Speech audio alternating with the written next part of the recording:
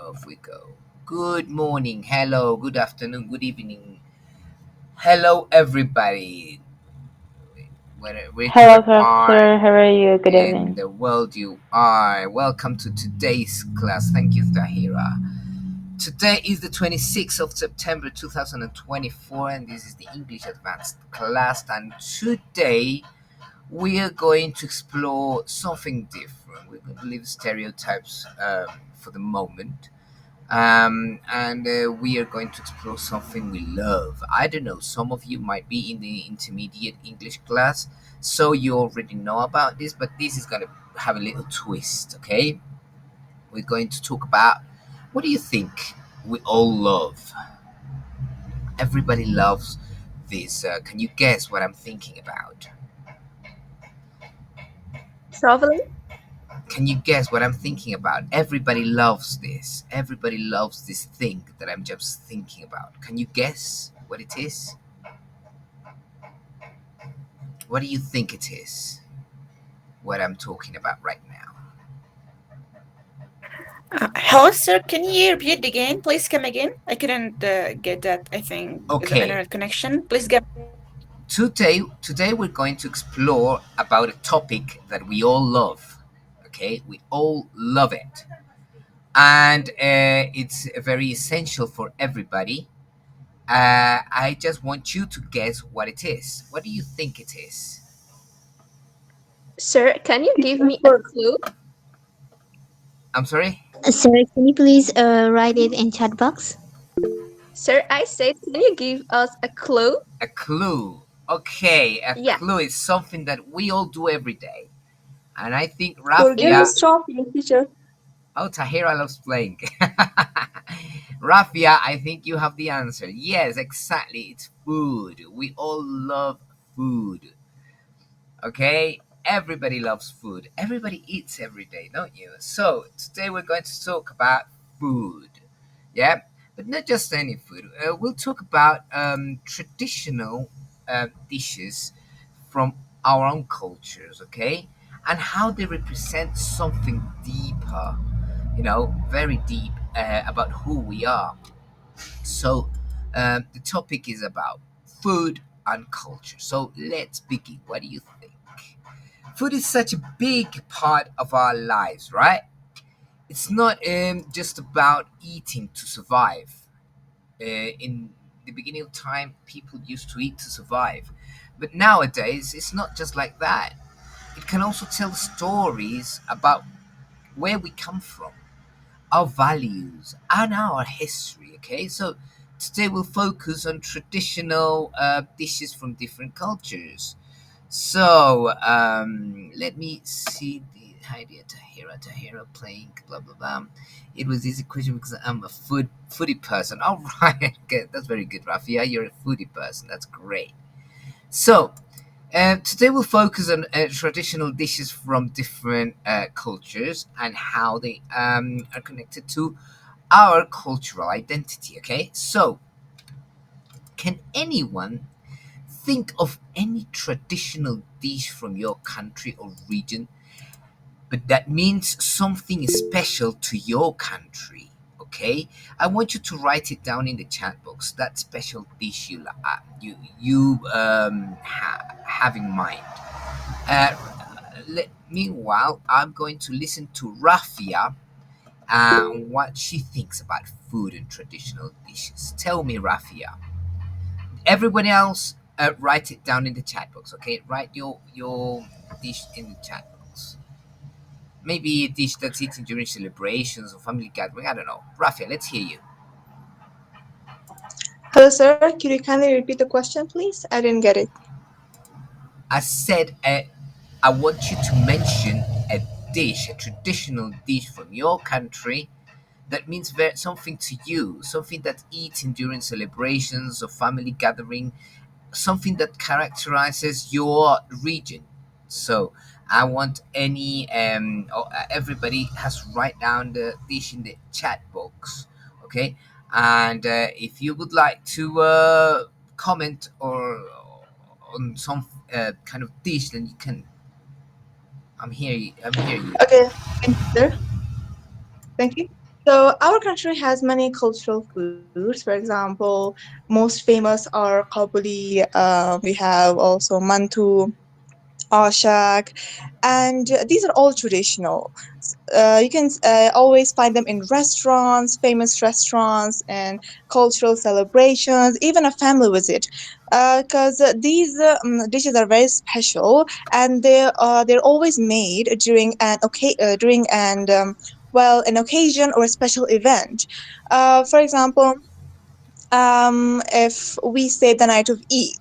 Eid is a very special culture. Is a very special cultural celebration. So on night of Eid or on the day of Eid, we invite guests, family, relatives, and we like chat and spend time together. We make very special dishes, kabuli palau or mantu. These are very delicious, and my most favorite dish is mantu.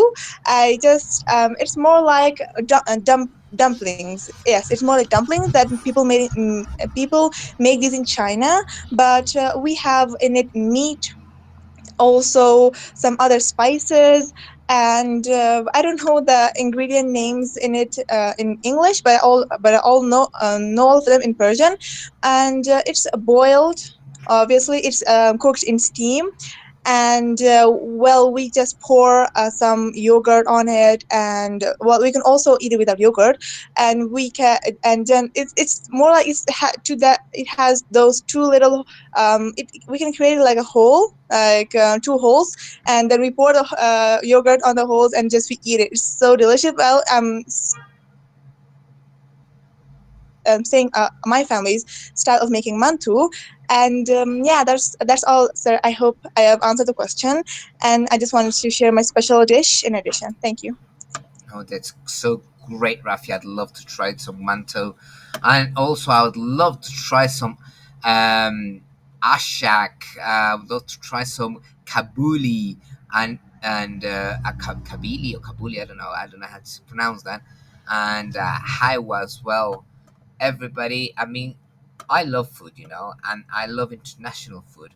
I'm always trying some dishes from different countries in the world, and it's kind of difficult because it's different when you go to another country and you try another country's food. It's not going to be the same, yeah, but at least the things I've tried here are really really good. Okay, so a shack and dumplings. Okay, very good.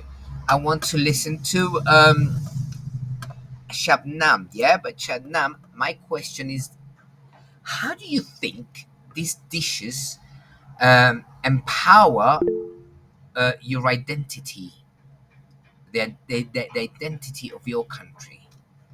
Tell me, please. All right, a very good question. For sure that uh, every country has their uniqueness, have their own unique things to in order to demonstrate their people, in order to indicate their history and exactly what they are. And the same it is like it's about Afghanistan or it's like Pakistan or wherever like every one of us like come from. And it is really important and essential in order to hold like this history or this like this traditional like effects and saying that who we are. So demonstrate this because it just remained from a long time from our ancestors to us. I mean, from long time. And as we have the same thing in the clothes and the same like in the foods or like other beverages, etc. So for sure that they are showing that, and they're like specifying which region or which country they are. We can be identified easily by other like foreigners who don't have like for example enough information about their country, but by just for example knowing that popular like dish they can understand us. Let's come to another side that to my country, like Afghanistan, that Afghans or Afghanistani people, they are known for their hospitality and they're really hospitable people. and that it can like demonstrate actually like Afghani culture. I think that nobody said here. It is about like Afghani chai or like Afghani tea. I mean, whenever you go as a guest to an Afghanistani like home, for sure, first they're going to serve you or order, serve you with a Afghani tea. There won't be any home to like that you enter their home as a guest and they not serve you first like the Afghani tea. And this was like one of the things that I want to mention here. And the same way we have lots of other like traditional dishes that's really like also like popular around the world. And today most of the people, like even the foreigners, they really love that, they're really into that, to eat that. And the same that we have that in Afghanistan. Thank you. You know, you know, I loved something that you said, Shabnam. You said, for example, food. How can you empower your identity, and that's something you said. When you try a kind of food, it identifies you identify automatically. You identify the country it's from. That's the identification we need. You see, because if I go to a house, like for example, as you said, I visit Afghanistan, I have to go and live in with an Afghanistani family. I don't know, an Afghan family, um, and obviously, if they give me fish and chips, I'm gonna say, "Oh my God, they have the British identity," you know. Or if they give me KFC, for example, I'm gonna say, oh my God, they're from America.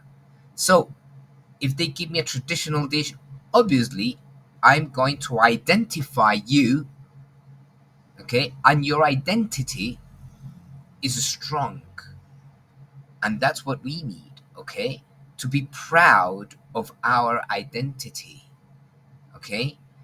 It's like me, for example, I'm proud of what we have here in my country. And even though sometimes when I have time, I kind of cook, I always try to do traditional dishes for me because that identifies me. So it's incredible to see, and I would love to travel to Afghanistan anytime or sometime in the future, okay? And visit you perhaps and try one of your dishes. It would be great to live that identity, okay? So, um, Nilab, I want to ask you another question, okay? This is the last question. Um, Nilab, Okay. um, if you travel to other countries, would you bring your identity with you to the other countries? Or do you think you lose your identity when you travel to other countries or to live there, yeah, for example, as a student or as an interchange student or as a visitor or as for work uh, stuff and everything. Would you lose your identity when you travel there?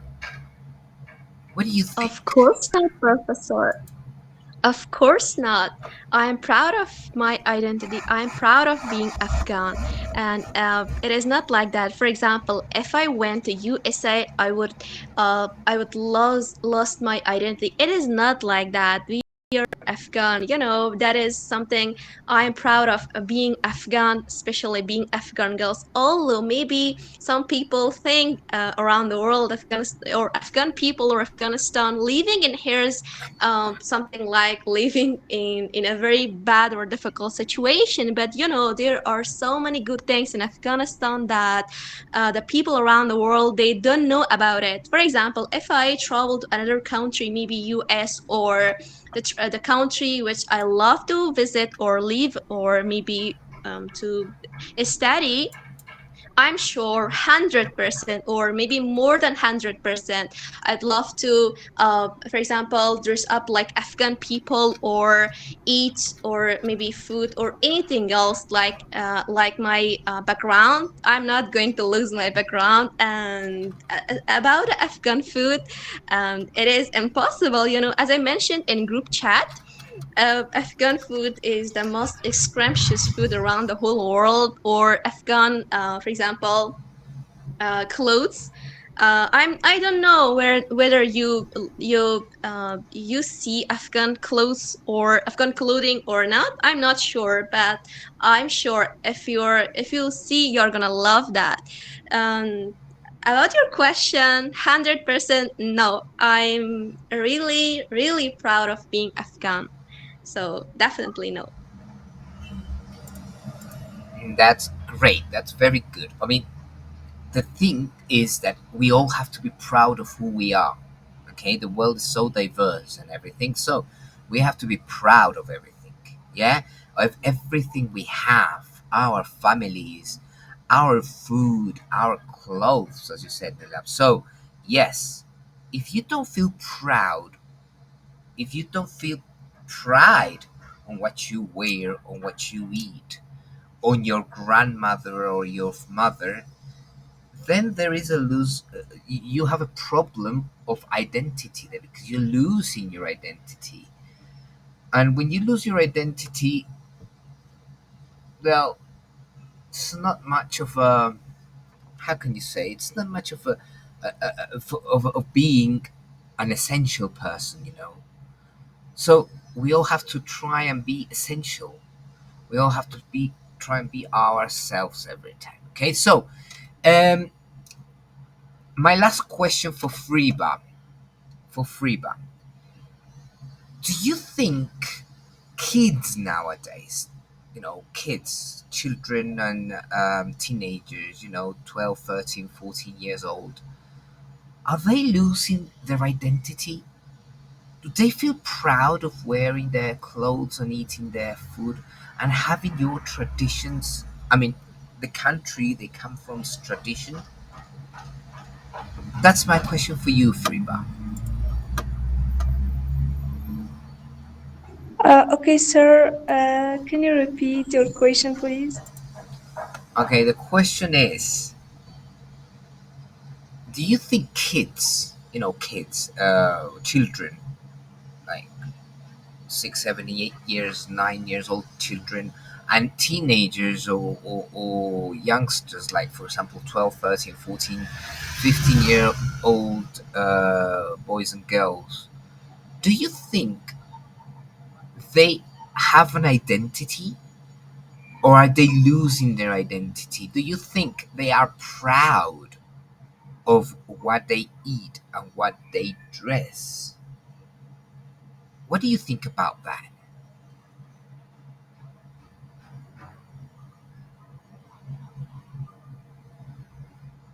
Did you hear me, Friba? Yes, sure. Yes. Um, they will change their identity, especially when they go to another country and they travel to another country. They because when we live in a place, the culture of that place affect on us, and usually they change their culture, their clothes, their language, even their characters, and even in a country when children go to another province and meet to new friends, to new people, their characteristics and their morality affect on children. And some people says some people say children is like a white paper. I agree, because really children are like white paper, and every place, every culture, and every environment can affect on them can be effective on them. And yes, sure. Okay, thank you very much, Friba. So, yes, there is a huge problem in the world right now with identity and all the mixtures of cultures and everything that we're losing us a lot of identity in different parts of the world. It's a sad truth. It's like animals being extinct. We don't get we're not conscious of those things that are happening. So we're now going to watch a video, okay, that explains the relationship between food and culture. Yeah, pay close attention to how food is described as part of our identity. But the thing is that you should watch this video thinking that it's being led by a kid, okay, a third world country kid, really.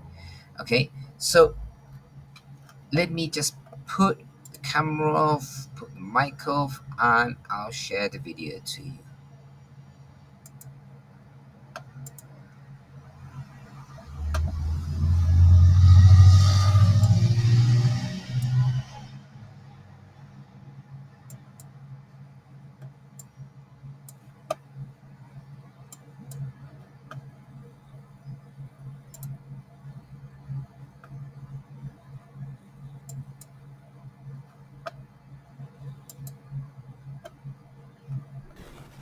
Where are you from? Just like any other new student, this was a question I frequently came across when I first moved to Thailand.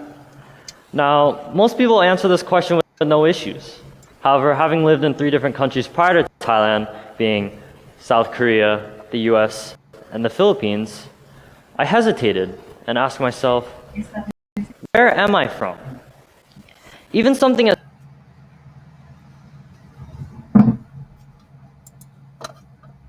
innocuous and simple as the question, where are you from, sprouted into this complex process of thinking. So in the end, I explained how I have Korean blood with an American passport living in Thailand. Sounds a little complicated, right? This brings me to the heart of my talk. In a world where they move around often and are exposed to many diverse cultures, third culture kids often struggle to identify what culture they belong to. As a result, they hesitate to answer the question, where are you from? But what if I told you that food plays a crucial role in helping third culture kids establish their identity? Hi, my name is Eric, and today I will share with you how even through constant moving, 4 different countries, and cultural confusion, food helped me establish my cultural identity.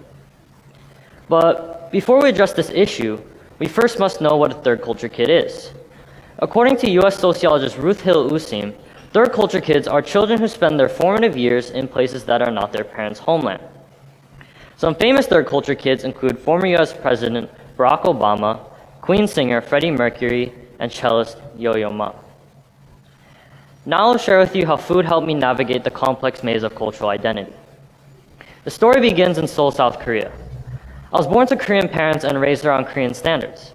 But after just 3 short years, my family and I moved to Northern Virginia in the United States. The town I lived in was predominantly a white community, with children who had never even left the state, let alone the country. Consequently, many kids were never really exposed to the thick aroma or unfamiliar shapes of Korean food. I remember when I was 10 years old.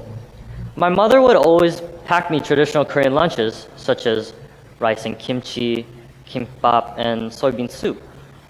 And at home, I absolutely loved these dishes and would eat them every day. But at school, I'd often be ridiculed by the other kids. What is that? Or that smells, they'd say. So over time, I grew embarrassed and even a little resentful. Not of my mom or my lunch, but of myself. Why can't I just be normal? I asked. Unfortunately, this desire to assimilate and conform to cultural norms led me to asking my mother for a more normal lunch of PB&J or a ham sandwich. And being the kind mother she is, she fulfilled my request and started packing me the lunches I asked for.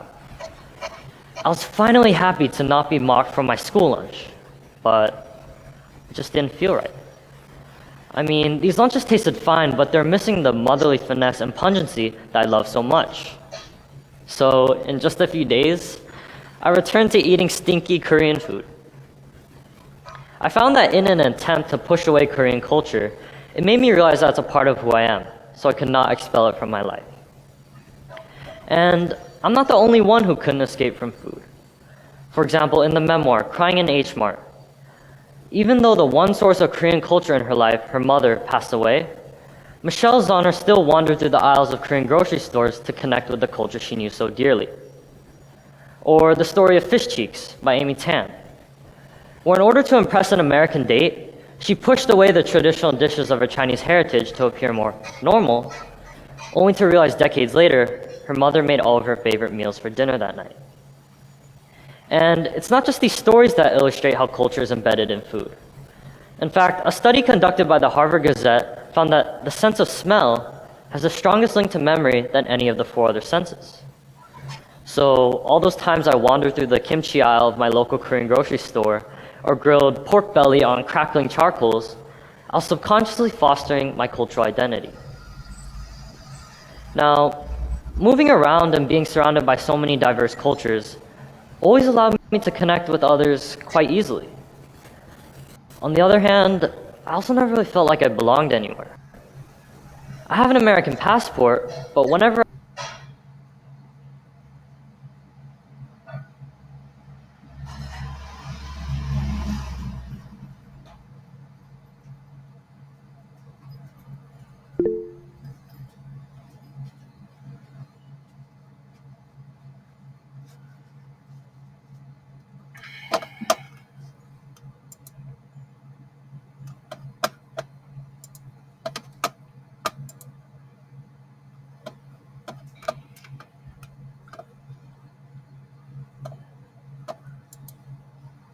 identity. Now, moving around and being surrounded by so many diverse cultures always allowed me to connect with others quite easily. On the other hand, I also never really felt like I belonged anywhere. I have an American passport, but whenever I visited the US, I was only ever there to see family or go on vacation. But one thing that always followed me was Korean food. Regardless of where we live, Virginia, Philippines, or Thailand, my mother would always track down the nearest Korean grocery store. Consequently, always being surrounded by Korean food with the constant aroma of sizzling bulgogi or the thick pungency of soybean paste allowed me to vicariously return to the country I lived in for only 3 years. Fortunately, the Korean Herald also says that there are over 33,499 Korean restaurants across 90 countries. So if you're Korean and ever feel lost in a foreign country, return to your nearest Korean restaurant to reconnect with your culture. So remember these stories? They demonstrate how cultural identity can be found through food. For instance, even though Michelle Zahner's only source of Korea was gone in her life, she could never avoid the aisles at H Mart because they were a part of her. Similarly, Amy Tan tried so hard to suppress the traditional dishes of her Chinese heritage to appear more normal to her date, but she couldn't because they were part of her. Even I could not assimilate into American standards by changing my school lunch because it was a part of me. So even though my Korean language skills are pretty basic, I only lived in South Korea for 3 years and often switched countries. One thing that always followed me was Korean food. So going back to that question of where are you from, this one constant in my life cemented my identity, and I can confidently say I'm Korean. So if there's one thing I want you to take away from today, it's this. Food is more than something we just eat. It connects people. It brings back memories, whether good or bad. And most importantly, it helps you find an identity, even if you don't believe you have one. Thank you.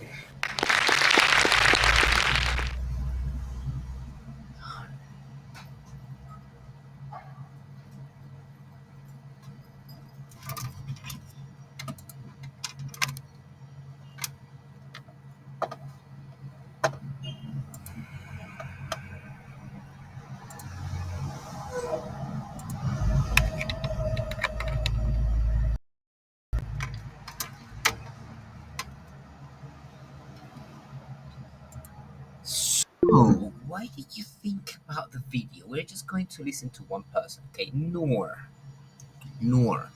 please give us your opinion. Hello for everyone. Hello, sir, and hello for my dear classmate. I hope that you're doing well. I learned something. I learned something about this issue. That this is issue talk about the foods and the culture foods and the children and also the people and he talk about the baby food and also young food and other age of people and their culture and their food. For example, uh, I think the yeah, in this video say that the baby food and also the young food and the and older food is so different. For example, um, a baby can't eat some for example strong food carbohydrate food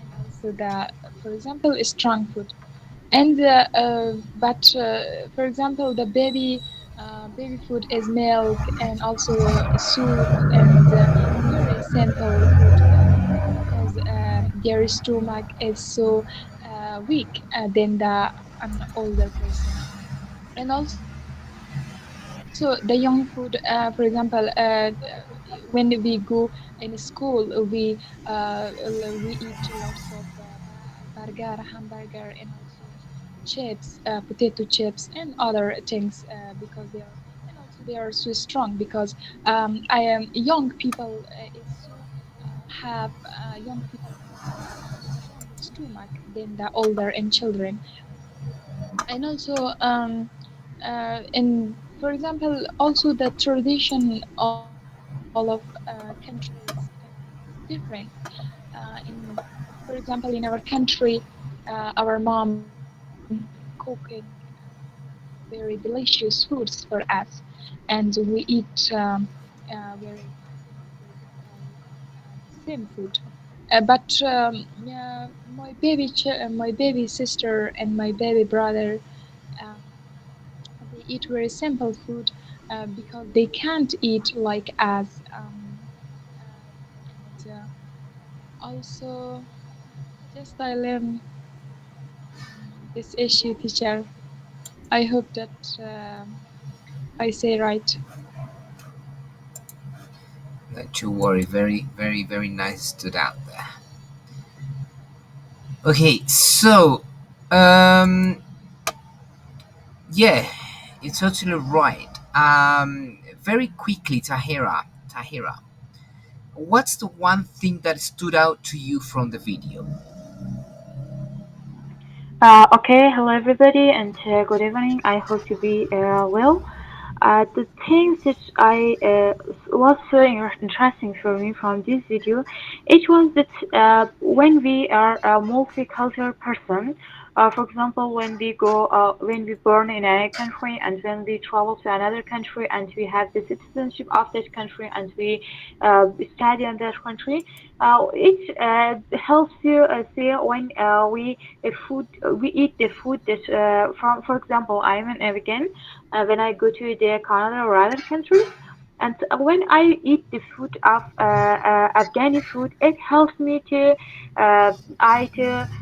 see to my identity. I to feel that my Afghani identity. It helps me. It said it's according to video that that one was from the Korea, but it has an American passport. But say that even I eat the Korean food, it helps me to feel my identity that I'm from Korea, not from America or other country that I grow up and I live in here.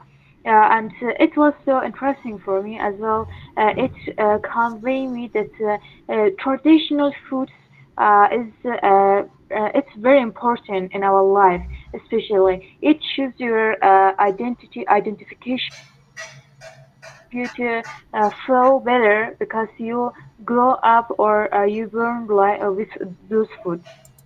Thank you all. Thank you very much, Tahira. Yeah, it's impressive how he didn't need anybody to tell him. He just found out himself uh, the importance of identity in his food, isn't it? Hawa, can you share an example of how food represents something more than just food in your culture? Yeah, I think food can also represent how people, how what people mostly prefer to eat. For example, uh, we can see if a culture is more vegan or not according to their food or the dishes that they make on those regions. If the dishes that they make on those regions are more vegan dishes, we can assume that that might not be always true, but we can assume that the region or the country may produce more of the vegan food or more of vegetables or more let's say some non-vegan foods in those regions. But if a region has more of let's say non-vegan or meat eaters, then we can say that that region may produce or most of the products that they have may be non-vegan. So I think sometimes foods can represent the people themselves and their region also.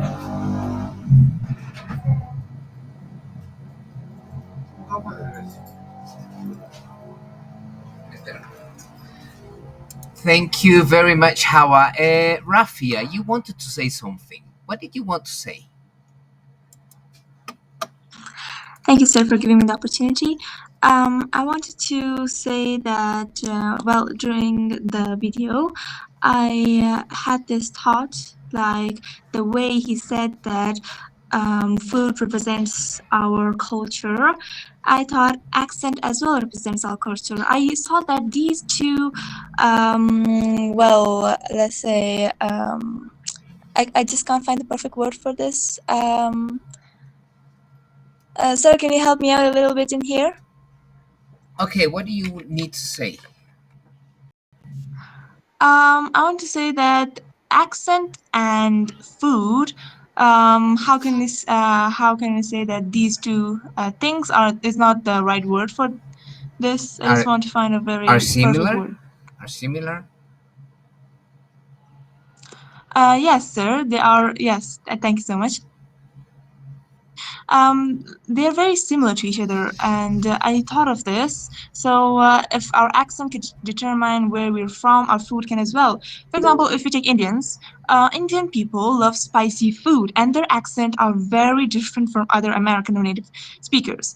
So I thought that food and accent they are so close, and both of them can connect us to our cultures food when we eat them we remember those days when we were in our country hometown and when we well speak in our own language in our own accent not um, imitating other person's accent. It can also remind us our people our identity and also I want to share that the part where he said that at the end that food can like I don't remember the exact sentence, but I got this that he was trying to say food represents our identity even if we don't have one.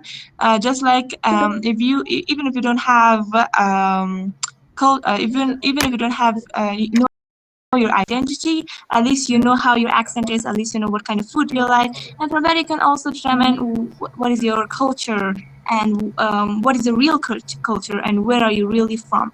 So, sir, I hope this is just what I want to say, and I hope I haven't taken a long time. And thanks so much for giving me the opportunity. Thank you very much, Rafia. Boman, I have a question for you. How do you think food can show a person's or a country's culture? Tell us, please.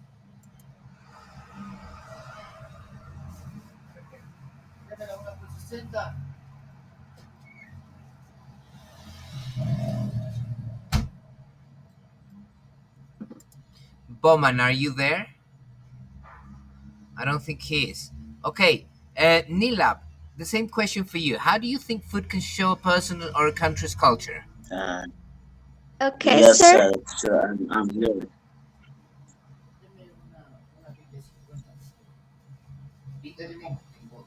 Okay, sir. Could you please repeat your question because your voice is somehow broken for me? Okay, I asked, how do you think food can show a person or a country's culture? Okay, of course. Well, regarding your question, I believe that food is the way to express hospitality of our culture. For example, if we think for example, our culture, I mean Afghan culture, we are so welcoming and very hospitable people, and the food which really famous extremely we always make, for example, in order to show our hospitality to the people, we always make such a food. So because there is a strong connection between us and foods, that is the way how can we shows our cultures via food or food. And the second reason, I think that shows the historical and something like geographical influences. For example, and in some countries, as my classmate mentioned, for example, India, they love to eat lots of spicy food, or Pakistan, something like that. But in Afghanistan, maybe most of the people loves to eat meat. In lots of ceremony or any maybe family visiting or other party, they always made a food which contains lots of ingredients with meat. That is, I think that our culture or our identity.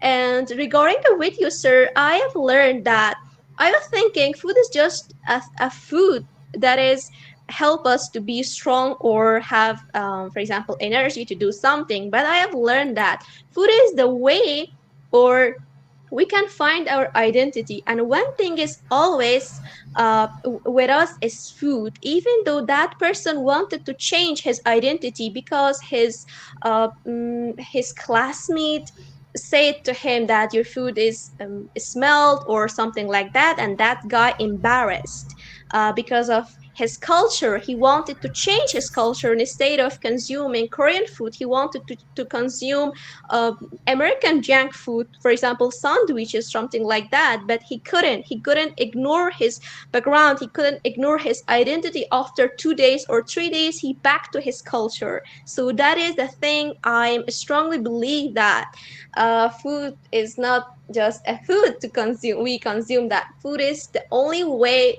that shows our culture. Thank you. I hope I can answer your question. Thank you very much, Nilabe. Yeah, it's very, very, very clear actually because, um, you know, you did a good job watching the video and explaining to us with personal experiences. Boman, can you speak now? Tell me, please, because I want to hear your thoughts. Yes, teacher. Okay, I want to hear your thoughts about this. You Uh, already saw this can in you it. repeat your question because I didn't get it? No, I just want to hear your thoughts about what we've been talking about. Food and identity. Yeah, food is a part of our culture. It's power. It's reflecting our culture, and it shows our values, our social practices, or our traditions, or the way how we live in.